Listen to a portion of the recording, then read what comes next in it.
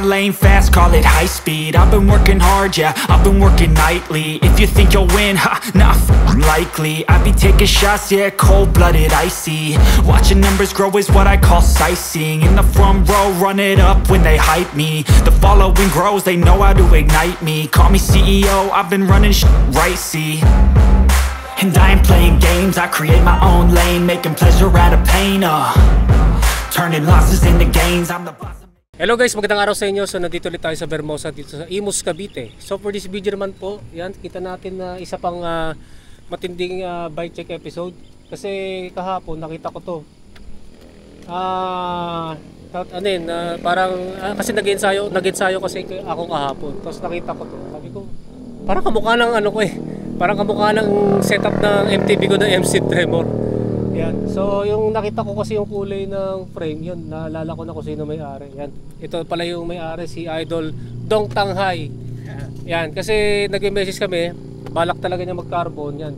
Yan yung binili niya na frame, kamukha lang sa akin. Mamaya alamin natin kung ano yung brand nito. Then yung hindi ko talaga ni-expect yung setup eh. Halos kahawig na kahawig. Kaya nung nakakasalubong ko siya, sabi ko parang katulad sa akin. Ayun, so before tayo mag-start pala, kailan po pala nabuo tong rigid MTB na naka-time trial setup? December, first week of December. First week, no? Kaya bagong-bago pa eh. Bali, sa Vermosa pa lang to. Vermosa. Sa Vermosa pa lang to. Tayo pa lang. Bali kapag bakante, may bala ka bang ilong ride to? O sakasakali? Kaibiyang na plano namin. Sa Kaibiyang tayo. Bukas na yun. Bukas, Kaibiyang. Bukas na pala yun. Wala, may pasok ko bukas. So sana sumama. May pasok ko bukas. Linggo lang pahinga ko eh. Ito nga yung general background sa kanyang rigid MTB naka-time trial setup. Sa mga matagal na sa channel ko, siya yung dati may-ari ng Mountain Peak Everest Pro. Yan. Yung naka-aero bar rigid MTB, pero yun naka-flat bar.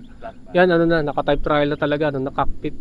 Yan, so mag-start muna tayo sa XC Hardtail mountain bike frame. So kita ninyo, Xerox copy ng aking FC Tremor. Dahil ito, sa tingin ko lang, opinion ko lang, no. Yung kusang pinanggalingan niyan, yan din yung pinanggalingan ng FC Tremor. Ito yung BXT. Yan yung BXT. Kasi yung BXT matagal ko na yan nakikita wala pa sa Shopee, wala pa yun sa Shopee tsaka Lazada eh. AliExpress ko pa nakikita yan. AliExpress. Kasi since nung nagkaroon ng problema yung MC Tremor ko na kulay pula na medium, kasi nga masyado pala maliit sa akin, nagka-canvas ako ng frame nun. Nung nakita ko yung BXT, talaga kahubog talaga. Kahubog yung 27.5 version ng BXT dun sa FC Tremor. Yan. Pati lahat na haalan eh. Talagang 100% yan. So sa tingin ko, yung MC Tremor na frame ko, galing yan sa BXT na pinalitan lang ng ni-rebrand, no. Yung ginawang MC Tremor. Yan, pagkatanda, anong carbon fiber pala nito ang sinabi sa description? Nalilito ako diyan kung T700 o T800. 800 o ano? Ang alam ko kasi sa BXT, T700. Yan yung kaso nga lang hindi ko napili yung BXT. Ang pinili ko dati yung Trust Trident dati. Yan ito nga BXT na carbon fiber 27.5. Yan, pares din kami ng measurement ng seat tube. Size large or size 18.5. Then tapered yung head tube, yan, pati yung cable routing yan, Xerox copy. Then pang BSA threaded na bottom bracket shell, pang 31.6mm diameter na seat post. Through axle yung dropout, no, yung version nito. Then ang disc brake caliper mount naman yan ay post mount. Mamaya meron siyang i-share dun para may issue data dito sa sa mounting ng post mount. Kaya mamaya talakayan natin sa brake set section. Yan, so next naman. Ito yung yan, katulad din sa akin, pura rasa balugo na gravel fork. Yan, 700C, T1000 pagkatanda ko sa Lazada na carbon fiber. Yan, di-display ko na lang sa screen yung crown plate tsaka yung blade length niyan.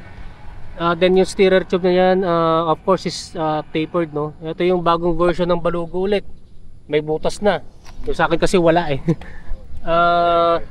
Quick release yung drop out, then ang disc brake caliper mount naman yan na i-post mount. Tanong ko lang, kasi since na parang bagong model to, yung kasing lumang model, yung kasing akin luma, ang issue, yung caliper. Ito ba, Okay na, straight na. straight naman yan. Kasi doon sa kay Tatang, na yung naka-Mountain Peak Everest na kulay blue, nagkaroon ng issue dahil doon sa rotor na nilagay niya. Floating kasi na matas, makapal yung rivet. Pero ito wala nang issue dito. Straight na. Yan, so ito naman based sa kanya wala naman issue. Straight na. Yun nga lang yung sa rotor. Maliit. Maliit. May issue rin ba to sa rotor? Yung rotor disc ko, di siya masyadong sakop sa brake pad. Ito to nga pala. Mamaya talakayin natin sa brake set section. Then next naman sa cockpit, yan. Ito yung ito kasi Tosic, di ba? 420 mm ang lapad dito, no. 31.8 mm ang diameter. Nakita ko na to sa Shopee. Sa Lazada pala. Sa Lazada, mas mura sa Lazada to eh. Mga 2,000 to, di ba? Kasi ito mas pogi to kaysa dyan sa napili ko. Pero kasi yung drop kasi nito mas mababa. Yan, mas mababa kasi yung drop nito eh. Kasi dun sa akin. May drop yung akin pero mild lang ito kasi masyadong mababa. Okay lang sa sa Vermosa, di naman issue kasi most of the time naka-aero bar. Pero pag dadaan ako diyan sa amin sa Soldiers 4, yung mga matraffic na, masyadong mababa eh. Tsaka may edad na rin ako. May edad na rin kasi ako. Dati kaya ko pa hindi na eh. Then ano pa yung nito? Yun nga, carbon fiber. Yan, ito pa isang mas pogi ito eh. Naka-diretso. Yung sa akin kasi naka kaya lang naman yung sa akin kasi, di ba, pare preno sa subdivision at secure yung kamay ko. Hindi malaglag. Di malaglag, tsaka sa lusong. Pero sa itsura talaga the best to. Sa forma talaga the best to. Then yung party pala nung ano pa na bar tape? Unbranded din. Unbranded. Yun, unbranded na bar tape. Yan okay naman, medyo manipis nga lang eh. Then yung aero bar niya, unbranded. Yan, ina namin sa Shopee eh. Walang brand. S-bend din, yan kakaiba yung S-bend. Yan, nakikita ko dito, ang ganda ng pads eh. Magkano pala biling mo dyan? 2.3. 2.3. Okay na rin, konti lang diferensya. Sabi mo sa akin yung leak kasi habol ko dito yung yung pads eh. Yung sa akin kasi manipis. Nag-aandaan na kasi ako mag long ride sa summer. Pag magka-budget. Yan. Next naman, stem. Yan, stem. Anong stem to? Tosic din. Tosic din. Tosic ZF1. ZF1. Anong haba nito? 100 mm. Tapos ang angle? 25. Negative 25. Mali nga yan eh. Kasi lang 17. kasi nakadrop na to eh. Kahit 7. O kaya 10. 7. 10. Okay na yung 10. Para magiging katulad na sa akin kasi naka 10 yan eh. 100 mm yung sa akin, tapos 10 degree ang angle na negative. Yan. So, next naman, yung bang binili mo yung DXT may kasama ng headset? Wala. Wala. So, ito yung Sagmit. Yan, Sagmit Evo 2. Tapered headset na Silverix, no? Next naman, ito kasama sa frame. Ito yung inclusions, no? Ito yung inclusion sa frame. Stock ng DXT, aluminum, Allen type. 34.9 mm ang diameter. Next naman sa seat post niya, katulad ng sa akin na Tosic, pero to ay gloss. Yung sa akin kasi matte. 400 din, di ba? Yan, 400 mm ang haba, 31.6 mm ang taba. Setback na may dual bolt clamping system. Yan sa saddle naman, ito yung dating conserve ko. Nato pa nga sa bahay yun eh. Yan, may butas sa gitna. Medyo malambot, manipis ang foam. Tsaka nagpe-flex to. Tapos carbon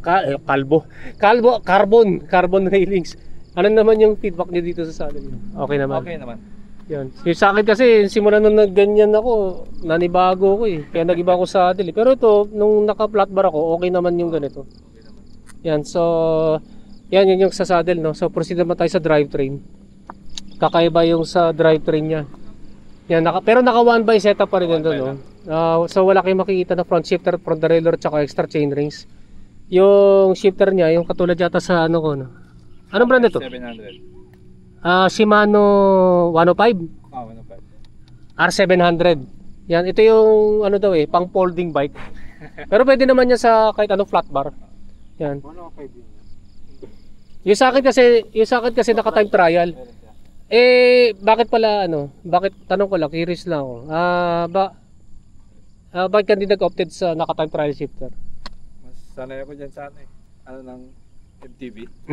Dahil kahit nga ako dati, medyo nanibago kasi. Mahirap yan pag sa traffic. Ayun nga sa traffic. Ganun sa vlog ko dati. Kaya ako pinipili ko na lang sanayin sa traffic yan Pero kasi yung sa akin kasi sa traffic malapit na sa brake.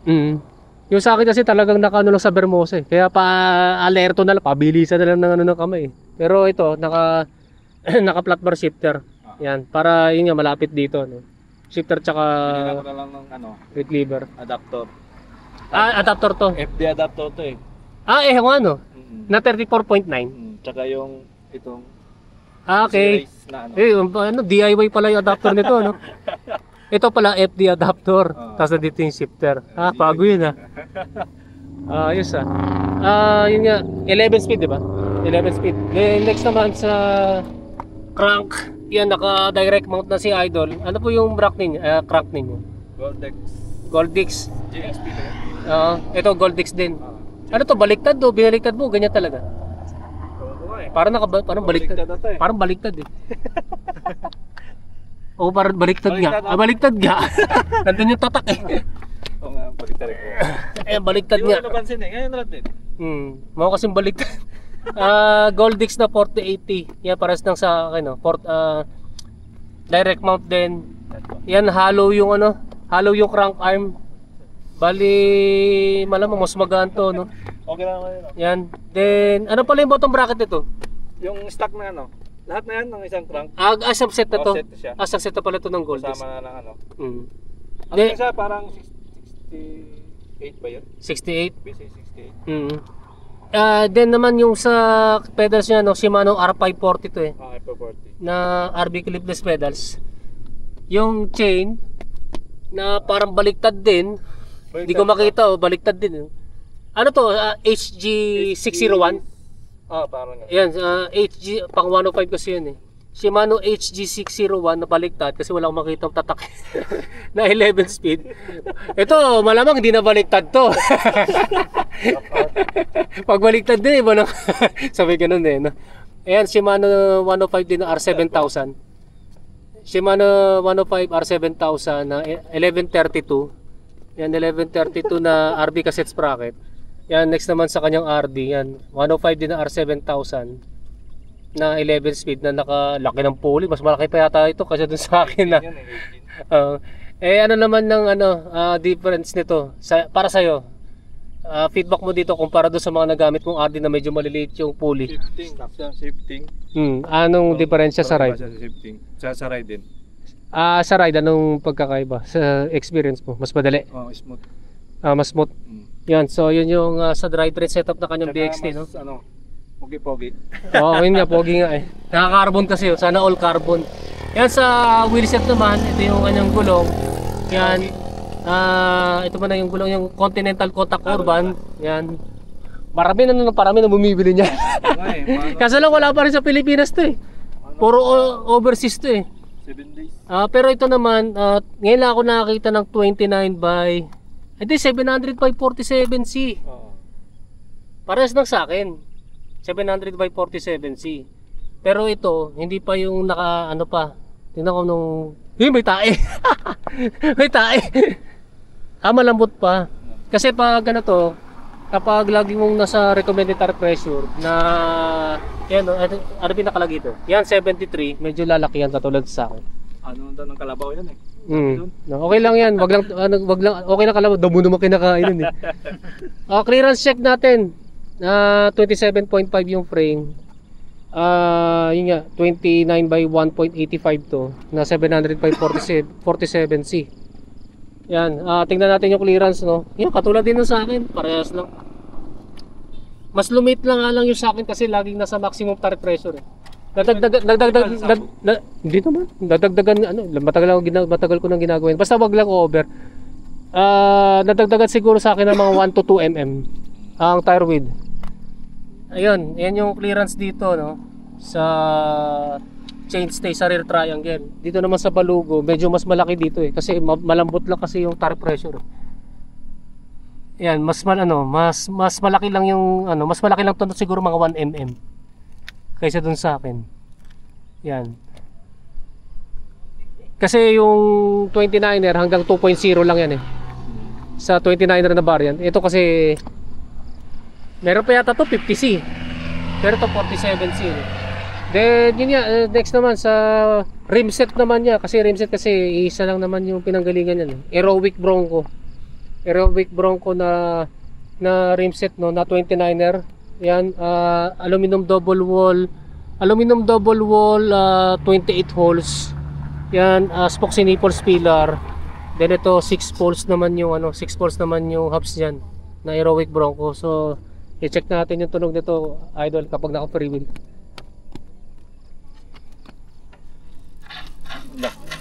Yan is